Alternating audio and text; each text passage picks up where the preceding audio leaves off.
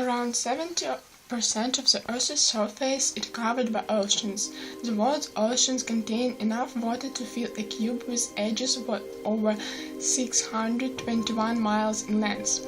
Over the last few decades, surplus human activities have severely affected the marine life on the Earth's oceans. Even if there is no ocean in the area where you live, it's not so far as you think. The main water source of my city Cherkasy is Dnipro River, one of the major rivers in Europe, first by length, flowing to the Black Sea, which drains into the Mediterranean Sea, and then the Atlantic Ocean, which covers over 21% of the Earth's surface. From this river, water flows to the water treatment plant and then comes to our taps. We know that it's still not clean, that's why we boil or sift it through. Water is necessary for life. All organisms contain it, some drink it and some live in it. People can live without food about a month, but without water we would die in 4 or 5 days. But water and air, the two essential fluids on which all life depends, have become global garbage cans. Villages, 220 cities, 30 million people and more than 10,000 industrial enterprises use the waters of the Dnipro. Industrial enterprises ignore the environmental requirements and use imperfect technology. We've got a plant which is called nitrogen in our city.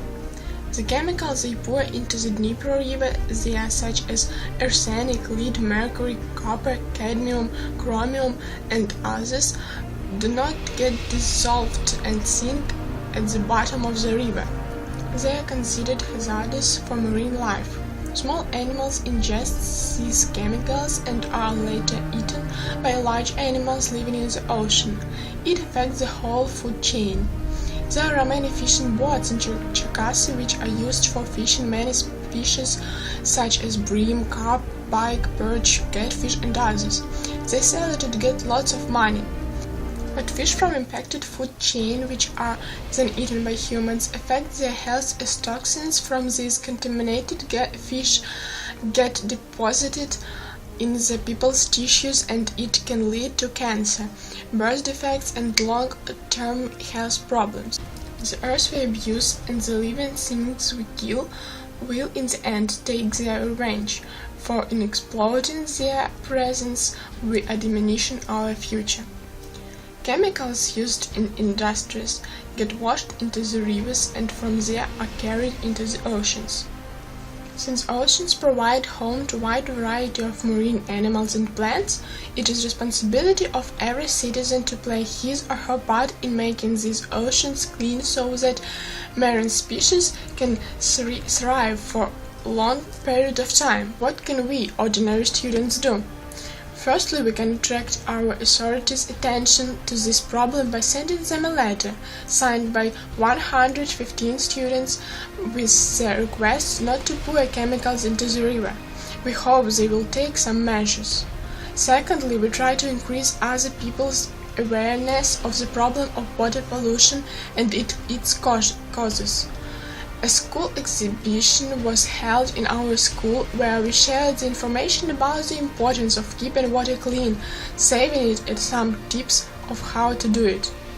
Thirdly, we will make a video advertisement calling to save water and a cartoon about the fish which had asthma because the water in the ocean where it lived was polluted.